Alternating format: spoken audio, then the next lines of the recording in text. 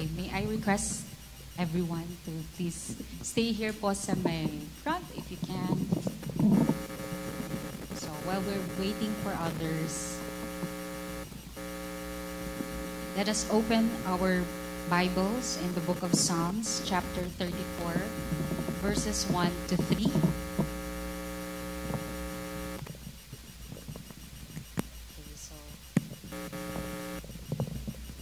Sa mga bago pong paparating, good morning, and I request everyone to please open your Bibles in the book of Psalms, chapter 34, verses 1 to 3. Babasahin po natin all together yung word ni Lord. Okay, so are you there? It's also flashed in the screen. Let us all read. I will praise the Lord at all times. I will constantly speak His praises. I will boast only in the Lord. Let all who are helpless take heart. Come, let us tell of the Lord's greatness. Let us exalt His name together. Amen. We praise the name of Jesus because of what He did on the cross. Tayo po dito nakakaalam na ng ginawa ni Christ. And my prayer is that we will never forget that. That we will always remember yung ginawa niya po sa atin. That He saved us, redeemed us, given us new life. Dati wala po tayong identity. We were lost. We had sinned. But now that we are in the family of God through Jesus Christ, we are now boastfully saying we are sons and daughters of God because of what He did on the cross. So, siguro po may mga kanya-kanya tayong mga concerns and challenges sa buhay at nakikita rin natin sa news, there are a lot of problems and concerns. Nakakabahala minsan and siguro masasabi natin na parang ang gulo-gulo na ng mundo. There's no hope in the world. But today, church, we have to remember that our hope is in Christ Jesus alone. That He will be coming back again. So while we are waiting, our response is to continue to honor Him with our lives, to continue praising Him. That is what it says here in the book of Psalms. I will praise the Lord at all times. In good times and bad times, I will praise the Lord. So let's sing this song. And we hope na lahat po tayo mag-celebrate because God, our God, is alive. And He hears our prayers and songs. Amen, church. Okay. Hallelujah.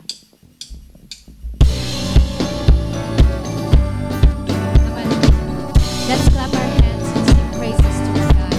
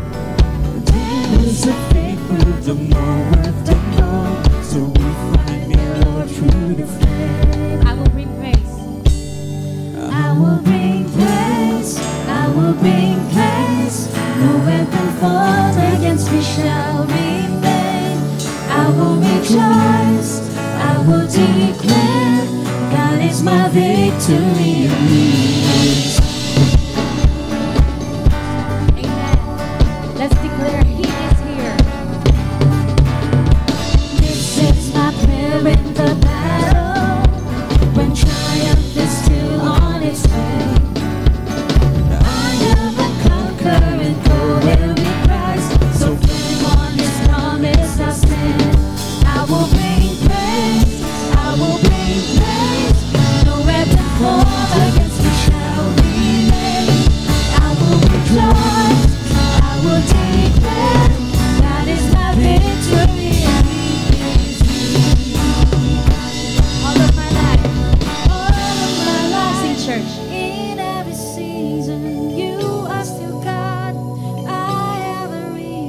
to sing.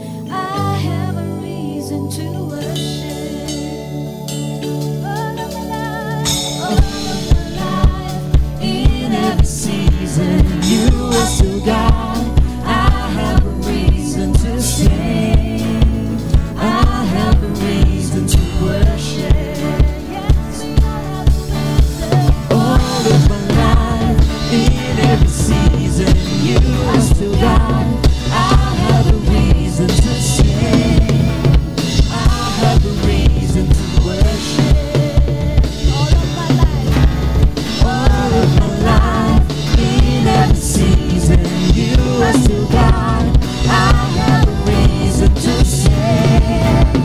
I have a reason to worship. And I will bring praise. Church. Bring praise. No weapon formed against me shall remain. Louder. I will rejoice. And I will declare God is my victory. And I will bring praise. And I will bring praise. No weapon formed against me shall remain. I will rejoice. I will declare God is my victory.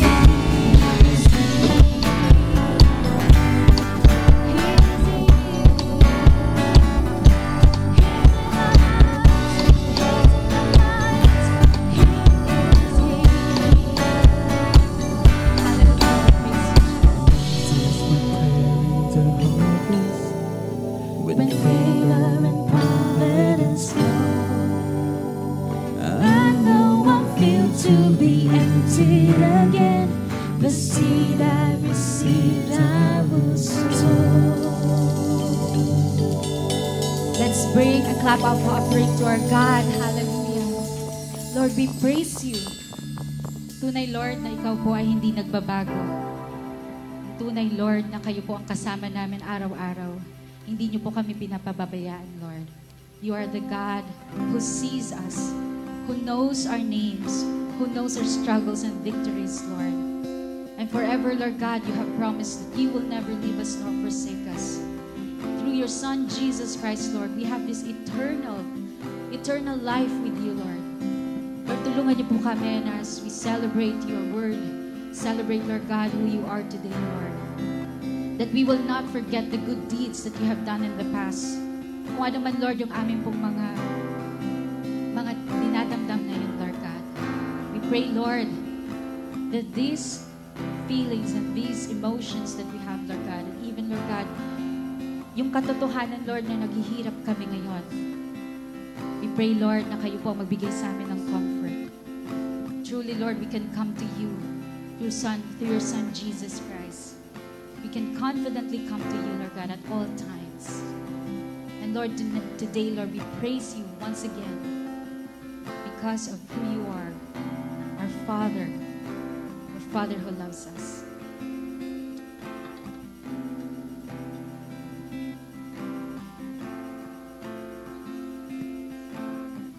In the quiet, in the stillness, I know that you are God.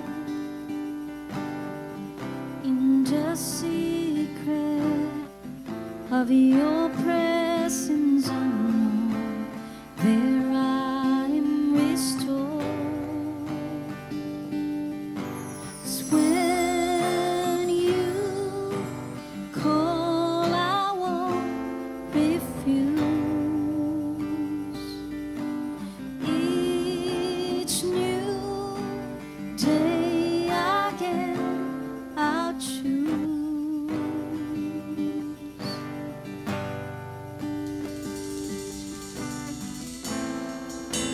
There is no one else for me, none but Jesus, crucified to set me free. Now I live to bring praise in the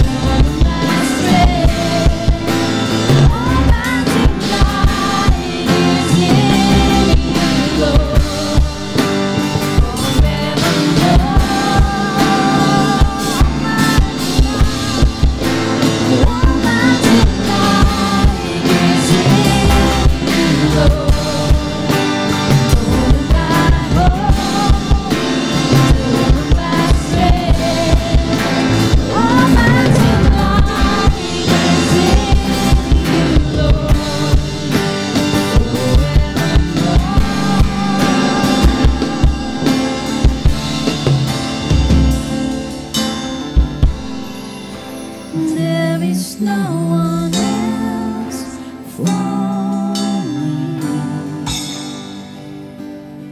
none but Jesus, crucified to set me free. Now I live to bring Him praise. There is no one else for me,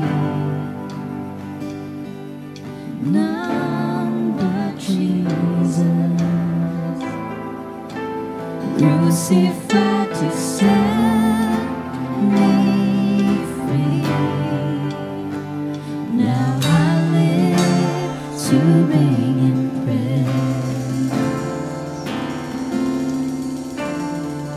We live to bring Him praise. Before we sing the next song, it's the last song that we will be singing. But allow me to read this passage and give you a word of encouragement. In Isaiah chapter 6, verses 1 to 3. In the year that King Uzziah died, I saw the Lord sitting upon a throne, high and lifted up, and the train of His robe filled the temple. As we read this, imagine we are in the throne of God. In verse 2 it says, above Him stood the seraphim, an angel. Each had 6 wings. With 2 He covered His face, and with 2 He covered His feet, and with 2 He flew. And one called to another and said, Holy, holy, holy is the Lord of hosts. The whole earth is full of His glory. Amen and amen. My brothers and sisters in Christ, our God is worthy of our highest respect and reverential fear. I want you to remember that God, our God that we serve, is not distant. He desires our intimacy with us. Despite po sa mga sins na na-commit natin, yung mga careless thoughts natin, our pride that stain our character, and the shameful lapses in our faith. God, our God, welcomes us with open arms because, again, of what Jesus Christ has done. Napaka-amazing po that we can approach God as a friend, but we never consider Him as our equal. God desires our intimacy with us, and it's not something that we have to overlook. To us, church, who have placed our faith in Christ Jesus, our Savior, who lovingly adopts us as sons and daughters, and encourage us all to call Him our Father. He who is holy and blameless God, cherish us. We are considered dati po mga dirty-faced orphans, children of wrath. But this became possible because of what Jesus had done. He gave up His life for each one of us. And now we are confident to say we're sons and daughters of God. We were once enemies of God, but we are now transformed into beloved children and the cherished objects of His most tender affections. So isn't it wonderful, church, that we have our Father in heaven. We also have Jesus Christ and the Holy Spirit to guide us, to keep us equipped, to give praises to Him. Holy, holy is the Lord God Almighty. Let's sing this, church.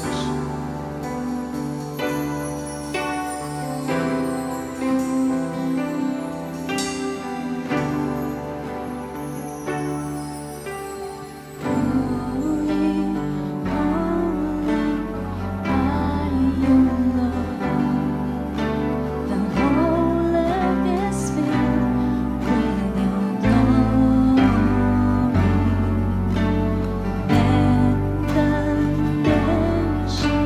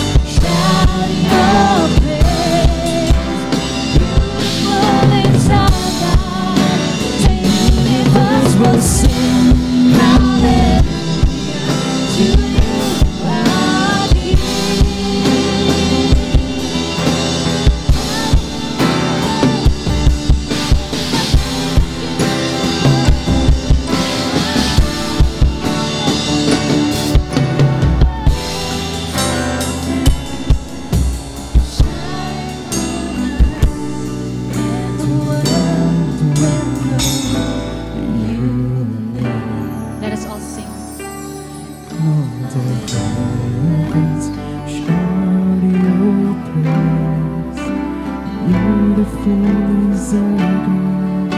To universe will sing hallelujah. To you, our King. Let's sing again. The heavens shout your praise. Beautiful is our God. The universe will sing hallelujah. To you, our King. and all the heavens shout your praise. Beautiful is our God. To universe will sing hallelujah. To you, our King. Let's raise our heads, church.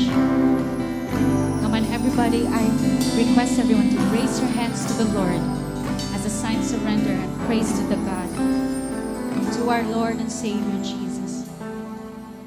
Let's sing this once again. And all the heavens Shout your praise. beautiful is our God. To universe will sing Hallelujah. to you, our King. For the last time. And all the heavens shout your praise. Beautiful is our God.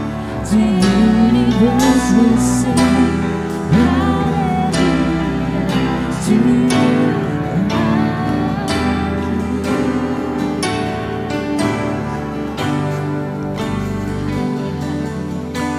Praise your name, Jesus.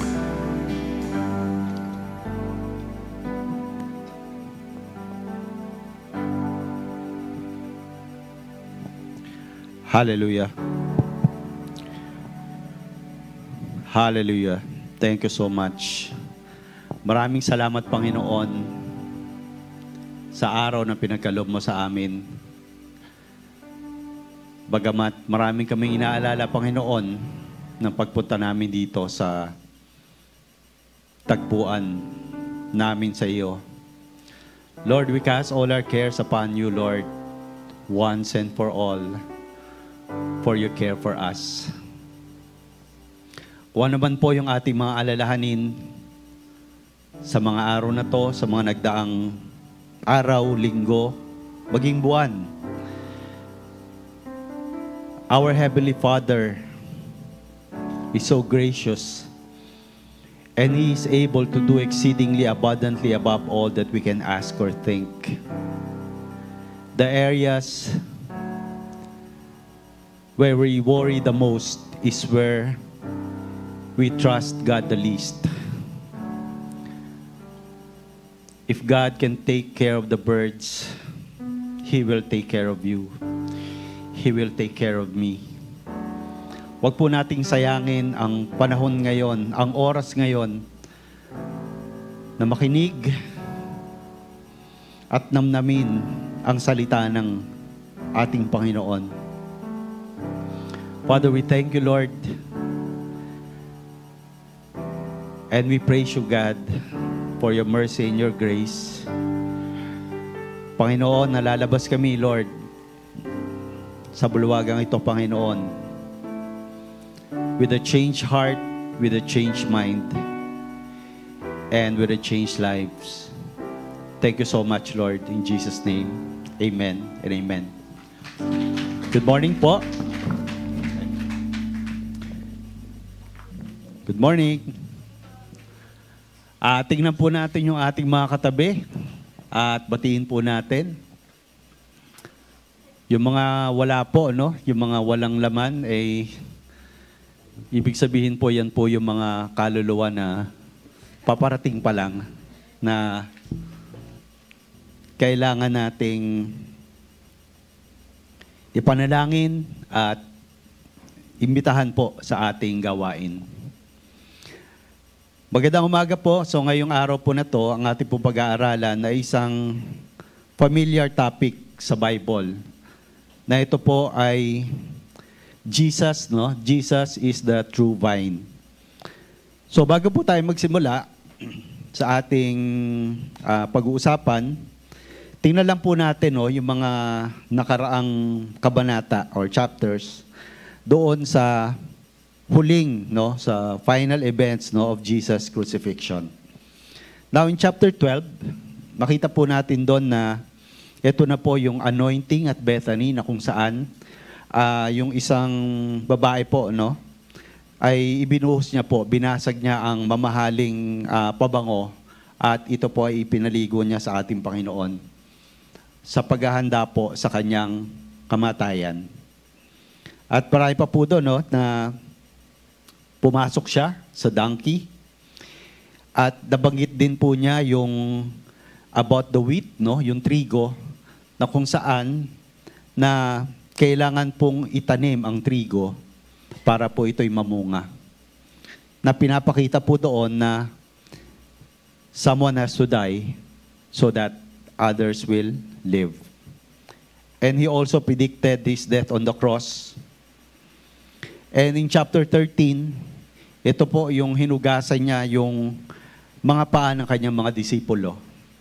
Ito po ay simbolo nung panahon po kasi na yon na tuwing may bisita na pupunta sa isang bahay, ang ginagawa po ng host ay hinuhugasan po niya yung paa. Kasi po nung panahon na yon, alam natin na wala pang semento, maalikabok, naglalakad sila, at hinuhugasan po. Na yung mga alikabok po na yon is a symbol of dirt. Tama po ba? Now, doon po sa paghuhugas na yon ay nahuhugasan yung paa, nalilinis. Ito po ay simbolo ng tayo po, sino po yung pumapasok o lumalabas ng bahay araw-araw? So namamalengke, nagpupunta sa department store or sa groceries. Di po ba dumudumi yung ating paa? Kung minsan pag maulan, maputik. Ang ginagawa po natin ay naghuhugas tayo ng paa. Ito po ay para malinis yung ating sarili. Yun din po, how do we cleanse our feet sa ngayon po? Ang salita po ng Panginoon ay para din pong tubig, na naghuhugas. Tayo ay malinis na, but when we go out, may makakasalamuha tayo, may makakagalit, may makakasigawan, may makakaaway. At pagbalik po natin ay hindi na po tayo katulad nung tayo ay paalis pa lang. And as we read the Word of God, it cleanses us, It cleanses our mind, it cleanses our heart, and it cleanses our walk with Him. So yun po pinapakita ng paghuhugas ng ating Panginoon. At pinakita rin po doon na kung sino yung magnunulo sa Kanya, who will betray Him.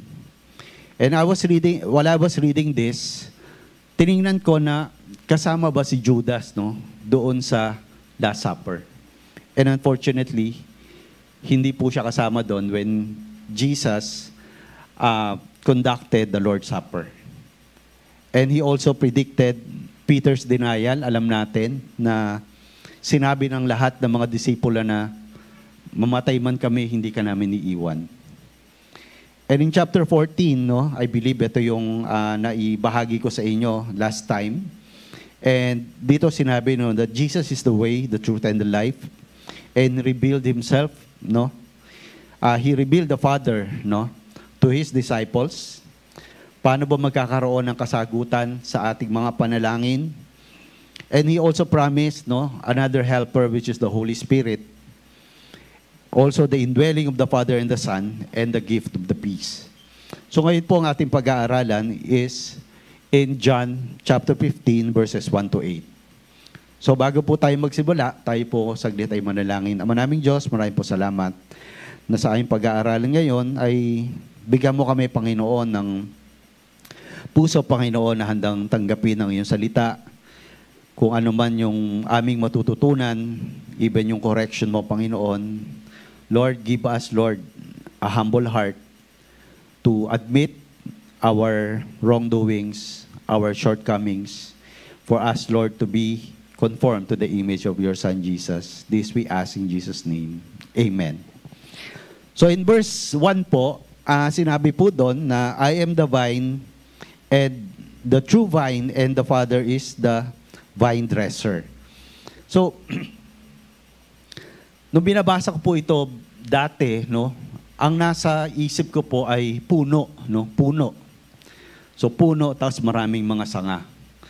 So, kaya lang hindi puno, di ba? Kung puno siya, halimbawa puno siya ng mangga, hindi vine ang tawag, di ba? Ano pong tawag? Trunk, malaki.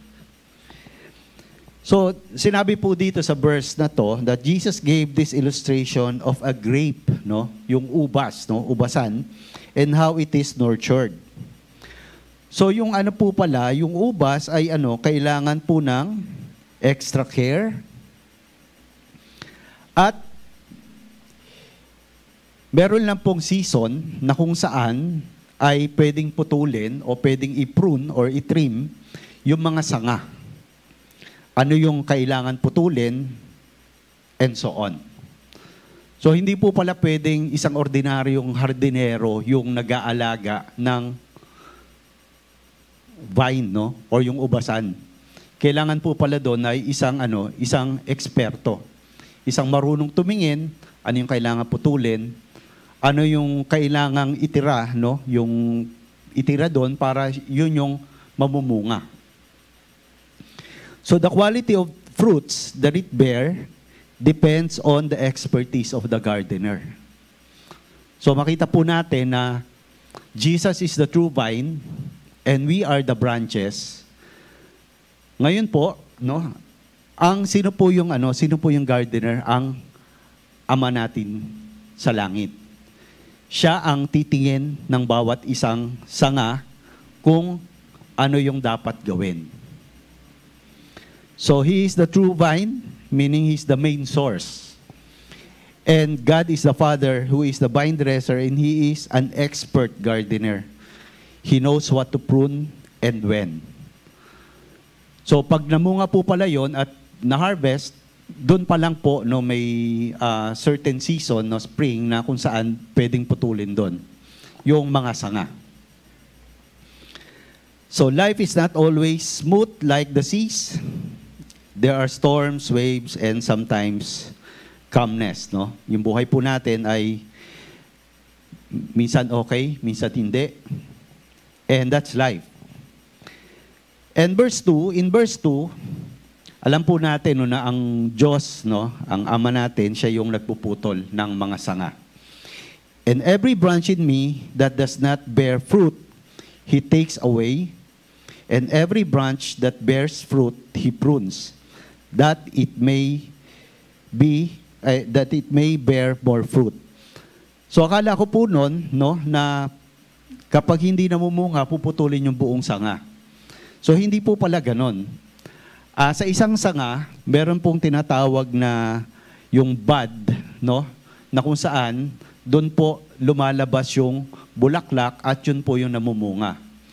So sa isang gardener po, may isang mahabang sanga, tinitingnan niya nasaan yung bud o nasaan yung buko kung tawagin. At yung sanga na walang buko, yun po yung pinuputol niya. Kasi bakit? Kasi po, doon sa grape or doon sa puno, yung sanga na walang buko, yun po ay kumukuha ng sustansya. Pero wala siyang bunga. So ibig sabihin po, yung part, no, na kung saan nandun yung bud, maagawan siya ng nutrients at hindi siya mamumunga ng tama. So every branch, no, sinabi dito, does not bear fruit, He takes away. So nasa isip ko noon na parang, okay. So siguro tatanggalin lang. So in another translation po, sinabi dito na He lifts up. Ano po yung lifts up? Kasi po, yung sa grapes po, gumagawa po sila ng bagging, gumagawa sila ng, alam niyo po yung sa ampalaya, yung mga gumagawa po sila ng mga structure na kung saan pinapagapang nila yung mga sanga. May mga ibang sanga po na nandun sa lupa. Kapag nandun po pala sa lupa, ayon sa mga gardeners, hindi po siya mamumunga at magkakaroon po siya ng sakit. Mangyari po, pag nagkaroon ng sakit yon, yung buong branch na yon ay maapektuhan. Kaya po siya ay tinataas at nilalagay doon sa trellis na kung saan yun po yung, anong tawag doon, yung pinaka-structure niya, yung sabitan doon at tinatali siya para po hindi siya magkasakit. And sa atin po, no, minsan maraming beses na tayo ay nakatingin sa baba, no? Tinitingnan natin ano yung problema natin, ano yung meron tayo, ano yung wala. At kailangan po nating tumingin sa taas na kung saan makikita natin na meron liwanag. So when we look down, we see what? We get depressed, we get stressed. No, marami tayong mga alalahanin kasi nakikita natin ano yung wala ako, ano yung kailangan, and so on. And sa atin po, no, as we read the word, no, tayo po ay nagkakaroon ng pag-asa when our brothers and sisters share their problems or encouragement, tayo po ay nagkakaroon ng kagalakan na yung problema ko pala, walang-wala pala to doon sa problema ng kapatiran ko. Sa akin pala, napakaliit. And some branches, sinabi doon, lie down to the ground, in the ground. It will not bear fruit and might get disease. So sabi doon, gardener, lift it up and tie it into a small trellis o yung balag, no? Balag. So we cannot bear fruit when we are always looking down. And God prunes us through His Word or sometimes circumstances. So, naisip na po ba natin na minsan na bakit parang palagi tayong dumadaan sa isang sitwasyon na parang kakadaan ko lang dito sa sitwasyon na to 2 months ago, but parang ngayon parang ganun pa rin ulit, no? Meron po ba nakakapuna doon sa mga 20 years old pataas, 30 years old? Na bakit kaya paulit-ulit yung nangyayari sa akin? Ano kaya ang problema nila? No? Minsan inisip, ano kaya problema ng mga tao, no, na nakapaligid sa akin? Bakit palaging ganun? So hindi kaya tayo yung may problema at merong itinuturo sa atin ang ating Panginoon. So when was the last time, no, that God spoke to us through His Word, our Christian friends, or even loved ones? So, kung tayo po ay nakikinig, no? Nakikinig, or sensitive, araw-araw po ay may sinasabi sa atin ang ating Diyos. In verse 3, sinabi doon that you are already clean because of the word which I have spoken to you. So in other translations, sinabi doon, you have already been prepared. So it's in ERB. You have already been prepared to produce more fruit by the teaching I have given you. In Amplified version, you are cleansed and pruned already because of the word which I have given you. So sinabi doon yung teachings I have discussed with you. So alam po natin na kung ano yung sa 3.5 years, no, na ministry ng ating Panginoon, He spoke words to His disciples that that encourages them, rebukes them, and cleanses them. In Exodus po, no, chapter 30, verses 17 to 21, ito po yung instruction ng Panginoon kay Moses, na kung saan gumawa siya ng hugasan ng tinatawag na bronze laver. Na kung saan yung priest, bago siya pumasok ay naghuhugas siya ng paa. Okay? So yun po ay symbol, no, na before you can be clean by washing your feet, and sa atin po, no, sa ngayon is through the Word of God. In Ephesians 5:25, sabi doon, husbands, Love your wives just as Christ also loved the church and gave himself for her, that he might sanctify and cleanse her with the washing of water by the word, that he might present her to himself a glorious church, not having a spot or wrinkle or any such thing, but that she should be holy and without blemish. So, tayo po pala no, sa patuloy nating pakikinig, pagbabasa no, ng salita ng Panginoon, ay patuloy po tayo no, na lumilinis yung ating paglakad, lumilinaw ang ating paningin, desisyon natin nagiging wasto. Kasi po tayo ay umaayon po yung ating pag-iisip sa pag-iisip po ng Panginoon na naroon sa salita ng Panginoon. In verse 5, sinabi doon, abide in me and I in you. Verse 4, sorry. Abide in me and I in you, as the branch cannot bear fruit of itself unless it abides in the vine, neither can you unless you abide in me. Verse 5, I am the vine, you are the branches. He who abides in me and I in him bears much fruit, for without me you can do nothing. So ang abide po pala, no, ang word na abide means await, remain, lodge, dwell, continue, and even endure. At alam po natin, no, na yung vine o yung baging, ito po ay hindi gumagalaw, no? Nandun lang po sa isang lugar. So ang gumagalaw po is yung branch, no? Tayo po. So naalala ko po, no, while nung ako po ay fresh grad from college, naghahanap po ako ng trabaho, at nung panahon po na yan, no, since fresh grad ka, hinahanap nila, syempre may experience, so wala kang experience kasi kakagraduate mo lang. So, napagdesisyonan ko po mag-apply, no, sa isang university, sa University Belt, na kung saan po nagkaroon ako ng pagkakataon, no, na magturo sa mga college students. And during that time po, no, so fresh grad ako, so ang difference lang po ng age namin is 2 to 3 years, no, kasi mga second year sila or third year. And during that time po, nagkaroon po ako ng kaibigan, no, co-faculty na dating pare, no. So he was an ex-priest. He went out, no, from his calling at nagturo po siya. At siya po yung naging kabady-body ko. So, to make the long story short, no, siya po, so alam po natin na yung kung ang isang hayop, no, na nakatali at nakakawala, di po ba napakalikot kung saan nagpupunta. So ganun po yung aking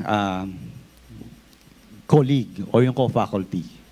At since ako yung madalas siyang kasama, so hindi ko alam na yung ugali pala niya o yung mentality niya na na-absorb ko. But praise God, no, nakita ko kung paano ang pag-iingat ng Panginoon sa akin, no, kahit na ako, during that time, I was a baby Christian. Nalaman ko lang na gano'n na pala ako, no, nung nag-resign siya. Tapos, na-realize ko na, ang laki pala ng influence, no, nung tao na to sa akin. Ang hindi lang maganda is yung bad influence pala, hindi good. So, gano'n din po, no, when we associate with people, no, nakukuha natin kung ano yung maganda o hindi maganda. And gano'n din po doon sa vine, no? Yung vine po o yung baging ay nandun po lahat ng nutrients, no? Kung ang baging po o yung vine is not healthy, definitely the branch will not be healthy. So, draw near to God and He will draw near to you, no? God is always near. So, nasaan po ba yung problema? Nandun po ba sa baging o nandun sa sanga? So, I think nandun sa sanga, no? So, when you abide, you should be ready to be pruned and be cleansed, which most of the believers don't want. So sino po dito yung gustong itinatama?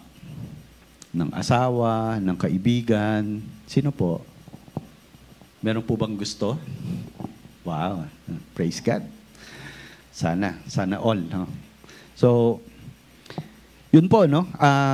No matter how or gaano man ka-gentle or ka-brutal, no? Kung paano tayo kinukorek, no? Isa lang po ang objective. And that is for us to be better. Para po tayo ay maituwid, no? Ang ating landas.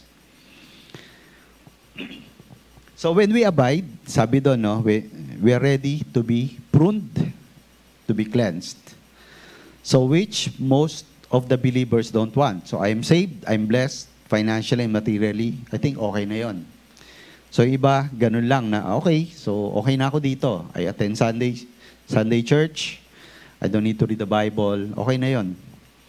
But again, sabi doon, di ba, na kung hindi ka nakakabit or kung ikaw ay sanga na hindi namumunga, kailangan kang tanggalan ng dapat tanggalan. Pwedeng yon ay mga unwanted attitude natin, temper, or sabihin natin yung addiction natin na kung ano man yon, either sa internet, sa movies, or sa substances and all. Now, the vine provides the nutrients, the life to the branch, the healthy, the vine, the healthy is the branch. So in Christ, there's always life, there's always life. And Christian life is not like a phone, no? So sino po yung may telepono sa atin? So lahat po tayo may telepono, no? Ano po ba ginagawa natin kapag fully charged na yung telepono natin? Naalis natin sa charger, naglalaro tayo, pagbalik, oops, lobat, i-charge. Pero bilang Kristiyano po ay hindi tayo pwedeng pag fully charged na, I'll do whatever I want. Pag lobat, nandiyan na yung mga discouragement, problema, I go back to the Word, I go back to the Lord. But we should always be connected to the vine. In verse 6, if anyone does not abide in me, he is cast out as a branch and is withered. And they gather them and throw them into the fire, and they are burned. So, ibig bang sabihin nito na kapag hindi ka namunga, masusunog ka, susunugin ka? So, in Amplified Version po, yung ibang translation, sinabi doon, if anyone does not remain in me, he is thrown out like a broken off branch and withers and dies. And they gather such branches and throw them into the fire, and they are burned. So does that mean that a Christian can lose his salvation? So Jesus used a metaphor of a non-bearing fruit branch, detached and withered and thrown into the fire.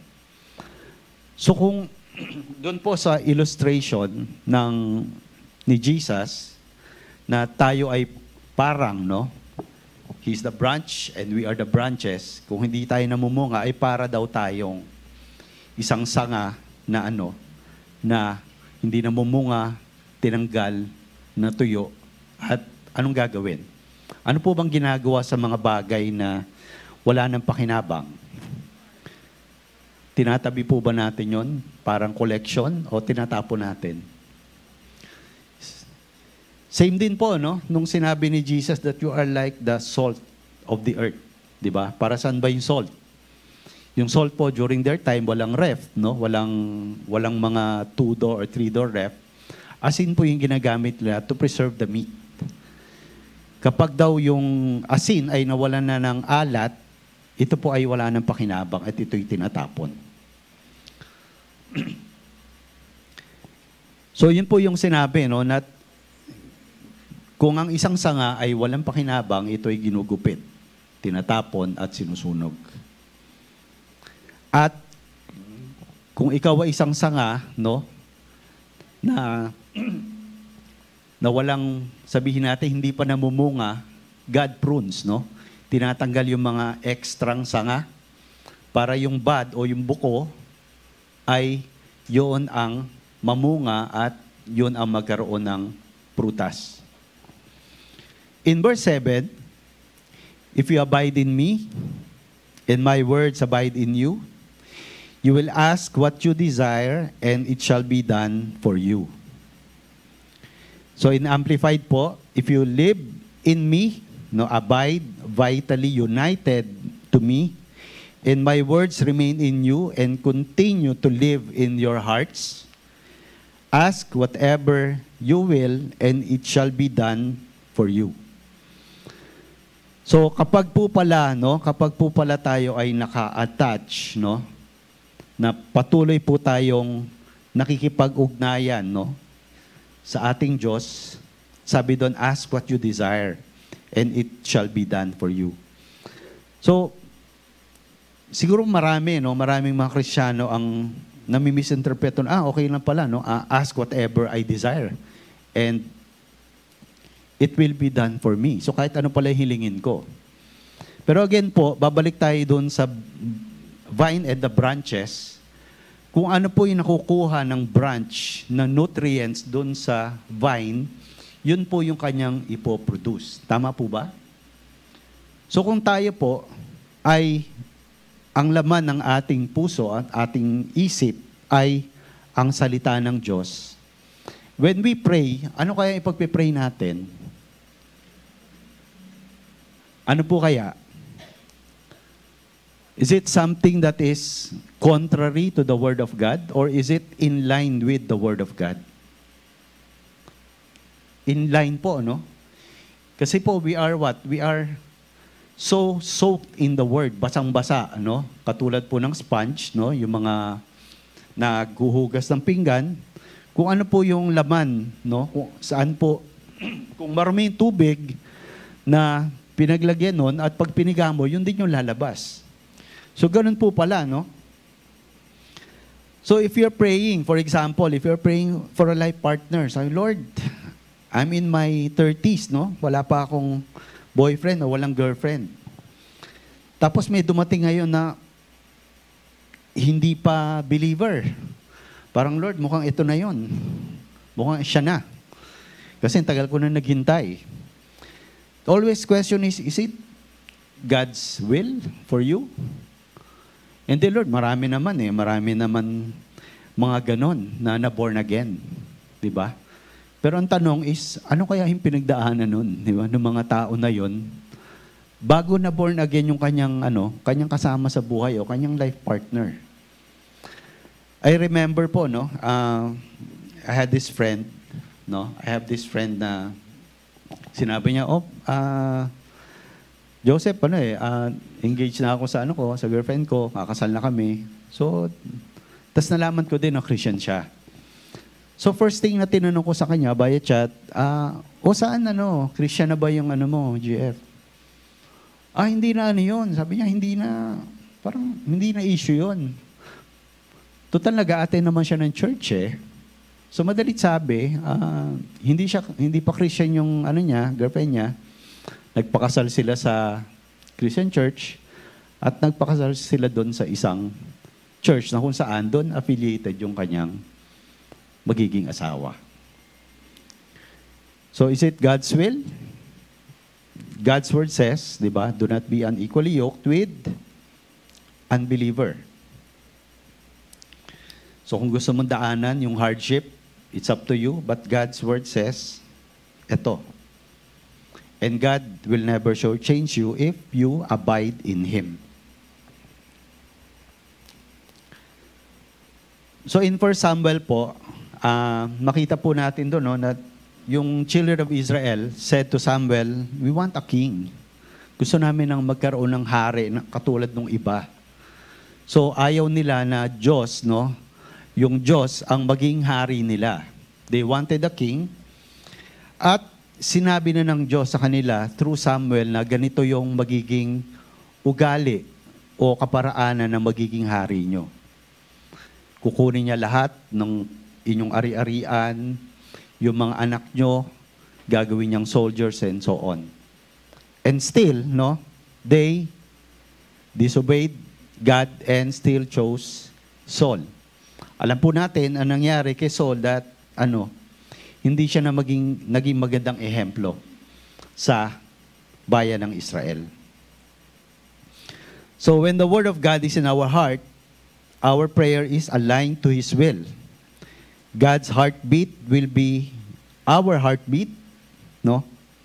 And it will be a sure answered prayer. So Lord, use me to minister to my family, my friends, my office mates, schoolmates. Do you think God will answer your prayer if that's your desire? Lord, gusto kong gamitin mo ako to minister to my loved ones, to use every opportunity na tuwing pupunta kami doon ay kahit may pag-pray namin sila.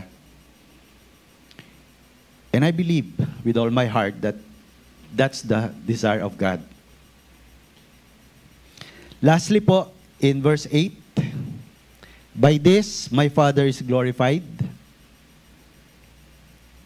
that you bear much fruit, so you will be my disciples.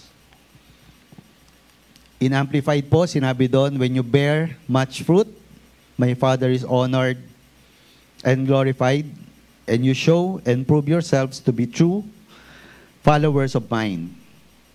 So when we become fruitful, Christ-like, God is honored and glorified. Our fruit proves that we are genuine follower of Christ. So kung titingnan po natin yung buhay ng ating Panginoon, kung saan po siya magpunta, nandun po yung kagalingan, nandun yung buhay, yung provision, yung safety. So nagpagaling po siya ng mga bulag, ng may mga ketong, may mga sakit. He even raised Lazarus from the dead. He fed the multitude, yung 5,000. With 5 loaves and 2 fish. And he also turned the water into wine. In the book of John, that's his first miracle. The first miracle that gives life. But in the Old Testament, when Moses did a miracle, it brought death, Kasi ginawa niyang dugo yung tubig. He calmed the storm on the way to the demon-possessed man. Natutulog po siya sa bangka, Nagkaroon po ng perfect storm. At natakot yung kanyang mga disipulo na dahilan para siya gisingin. And he rebuked the storm, and the storm became still. So ano po yung mga pwede nating matutunan doon sa ating pinag-aralan ngayon? So Jesus and the Father relationship, makita natin na the Father is the one who does, as long as we are connected to Jesus and we are willing, God will do His work, to make us grow, to make us more intimate with Jesus, to bear fruit and much fruit. And the Word cleanses us. The fruit comes from the vine. So hindi po natin kailangan pilitin na magkaroon tayo ng bunga bilang mga Kristiyano. For as long as we are connected and attached to the source, makita po natin na unti-unting makikita ng mga nakapaligid sa atin. Kung tayo dati ay bugnutin, madaling magalit, yung ating mga anak, pwede, yung ating asawa, o yung mga nakapaligid sa atin, makita ang pagbabago sa atin na hindi natin alam. So apart from the vine, we are detached and withered. Naalala ko po ito, nung nagkaroon po kami dati, nung nag-attend po kami ng church camp. Sino po yung nakapag-attend ng church camp noon, nung bata pa sila? Youth camp, So nakapag-attend po ako noon, dati ako'y attendee, na nakakapagbasa ako ng salita ng Panginoon, and nakita ko yung bunga. Tapos the following year po, ako ay naging part naman ng counseling team. So sa counseling, maraming, minsan maghapon, may kausap ka. At napansin ko po doon na pagkatapos nung camp na I think 3 days or 4 days, drain na drain ako. Tapos doon ko na pag-isip na, ay, during those days pala, hindi ako nakakapag-pray, hindi ako nakakapagbasa ng salita, devotion, at puro lang sharing na sharing, no? Nakapag ganun pala, nade-drain ka na kasi yung energy mo na, hindi na yung energy ng Panginoon ng nagagamit, no? So ganun pala, no? And I learned it the hard way, no? Even as sharer of the word, no, kung ikaw ay nagko-conduct ng Bible study at nakaasa ka lang doon, no, sa booklet, binabasa mo lang siya during kung kailan kayo magsisimula, para lang kayo nagbasa ng comics. Wala siyang power. Why? Kasi wala eh. You're not soaked. And alam natin, no, yung the key to answered prayer is what? Is to be attached. And the Father delight is for us to bear much fruit. When we bear fruit, when we become Christ-like, the people around us, no, will be drawn to God, will be drawn to Christ. So makita nila, no, na ang dami-dami nating problema, halimbawa, pero cool na cool ka lang. Sa tingin nyo, hindi magtatanong yung kapitbahay nyo or yung kaopisina nyo na bakit ang cool mo lang, no? Parang ang daming problema sa opisina. Pero bakit cool ka? Then that's when you can share your testimony. Na because I am a Christian, God's life is in me. So application natin is a Christian life is a life of a continuous dependence on God. So hindi pala tayo pwedeng seasonal ang ating pakikipag-ugnayan sa Panginoon, and we should always be connected to the source of life. When a branch is cut off, no, from the vine, hindi naman siya agad natutuyo. Tama po ba? Kasi meron pa siyang nutrients eh. Pero pag nabilad po siya sa araw, nang hindi nakakabit, natutuyo. So ganun din po tayo, no? Kaya po pala, no, yung sa ubasan, yung gardener po ay tinitingnan niya isa-isa. Ano yung magandang mamunga dito? Ano yung dapat kong tanggalin? Kailangan ba maraming mga buds? O kailangan konti lang? Kasi po, pag konti lang, hindi po pare-pareho yung magiging bunga. Yung quality ng ubas ay hindi maganda. So grabe, no? Ikinumpara tayo sa isang ubas, ba't hindi na lang sa isang puno ng mangga? O sa isang puno ng nara? Kailangan natin ng daily, no, nurturing pala, no? Kailangan natin ng constant, no? Constant gardening, pruning, cutting. Para po tayo ay maging mamunga o maging kawangis, no, ng ating Panginoon.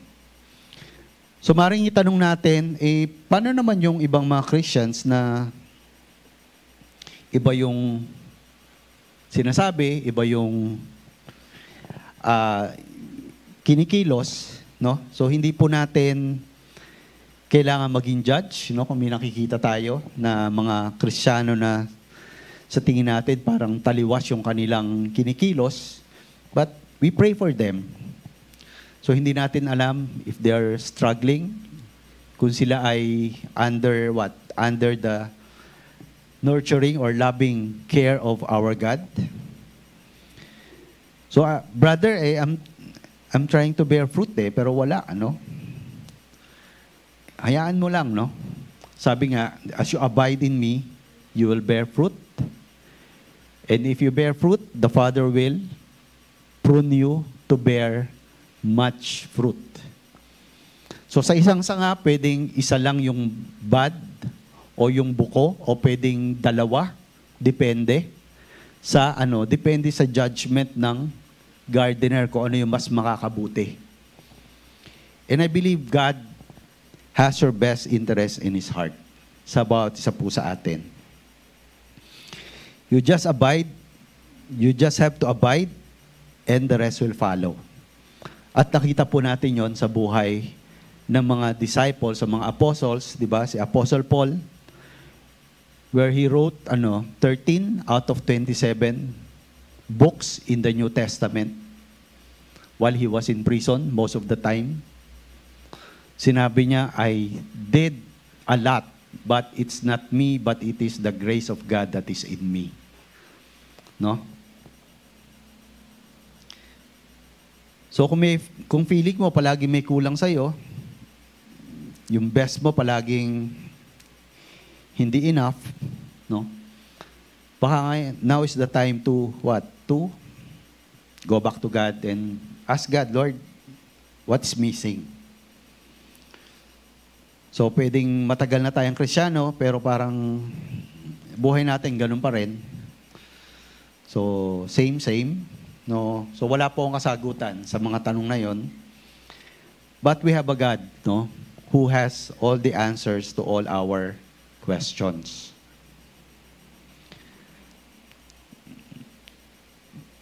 So bago po tayo magtapos, I'd like you all to please stand up, and I'd like to call on our praise and worship for us to sing the last song.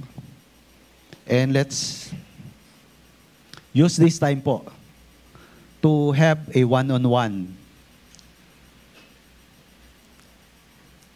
talk with God. Good thing about God is hindi siya parang telepono na busy, no? Hindi ka nakapila. So even all the people in the world pray, He will answer each and every one of us.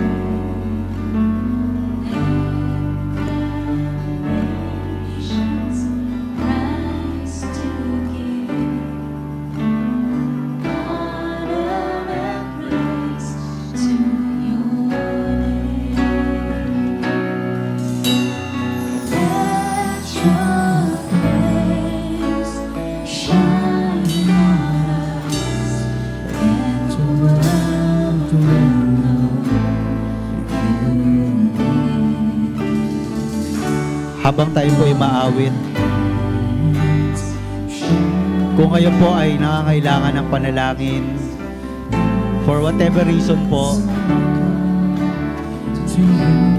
you are most welcome to come forward. At yung ating mga leaders po, ating mga pastors will pray for you. Kung meron kang kabigatan, meron kang daladala ngayon, now is the time to come and give your burdens to God.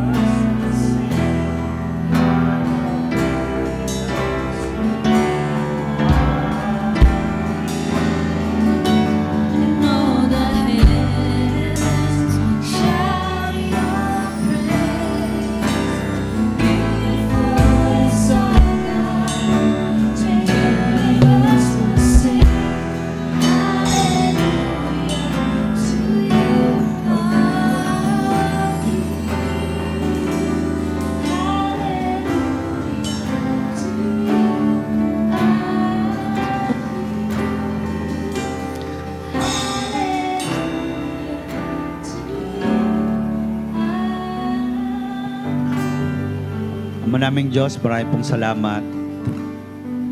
Napakabuti mo bilang Ama, bilang Diyos. Maraming pong salamat sa iyong salita. Dalangin namin, Panginoon, na ito ay aming patuloy na pagbulay-bulayan. To meditate on your word day and night. Because that's where life is. Your word is life. Your word is light. Maraming po salamat, Panginoon. Tinatas namin lahat ng ito sa matamis na pangalan ng anak na si Jesus. Ang lahat po ng anak ng Diyos ay magsabi ng Amen and Amen. Maraming po salamat sa Panginoon.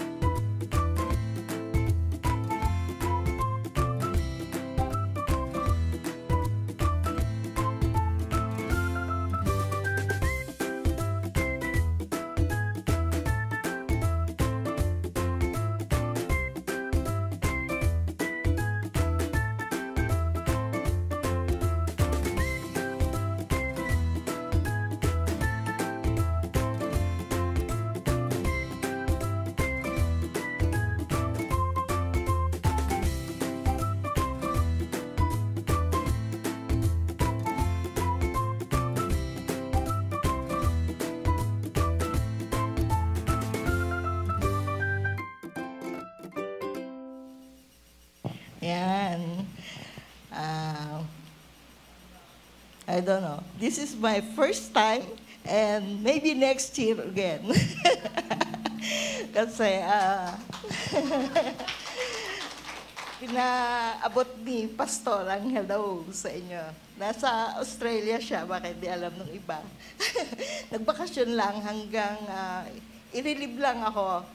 Kasi I'll be here for until July 5 at uuwi uli ako sa aking mga anak para mag-alaga ng apo. And now, I'm happy na nandito ako uli. Yeah. Doing my announcement. And now, merong announcement o survey na nandito sa ating Sunday Word. Until next Sunday na lang po ito. So, kung meron pa kayong mga dapat sagutan dito, gawin nyo na po until next Sunday.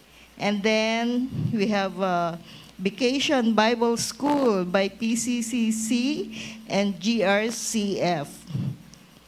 That's on July 4 to 6 here at second floor from 8 to 3 p.m. Yan. Sundan nyo na lang po ito. And then, do we have first-timers dito? Wala naman. Wala. Okay. Sige po, manalangin po tayo. Can we collect our tithes and offerings? Okay na. Andyan na. Okay, sige, let's stand and let's pray.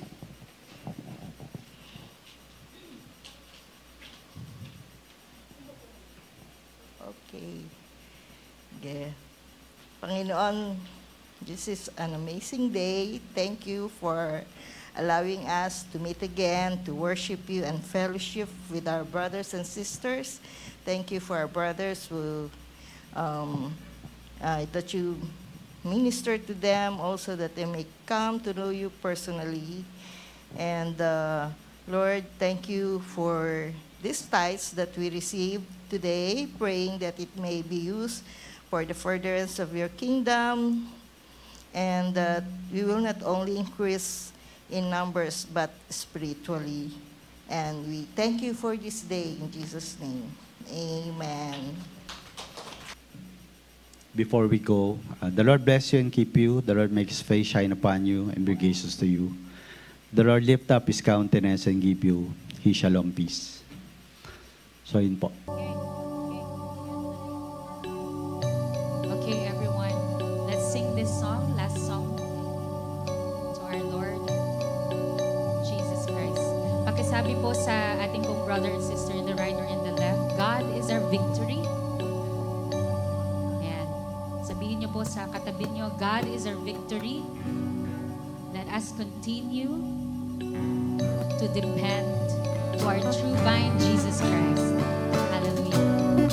Let's sing this once again and declare that God is our victory. Every day,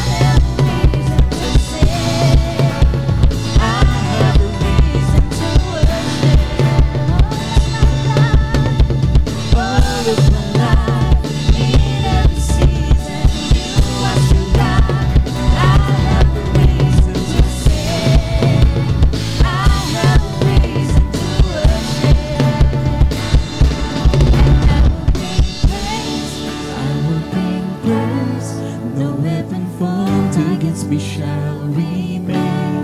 I will rejoice, I will declare, God is my victory.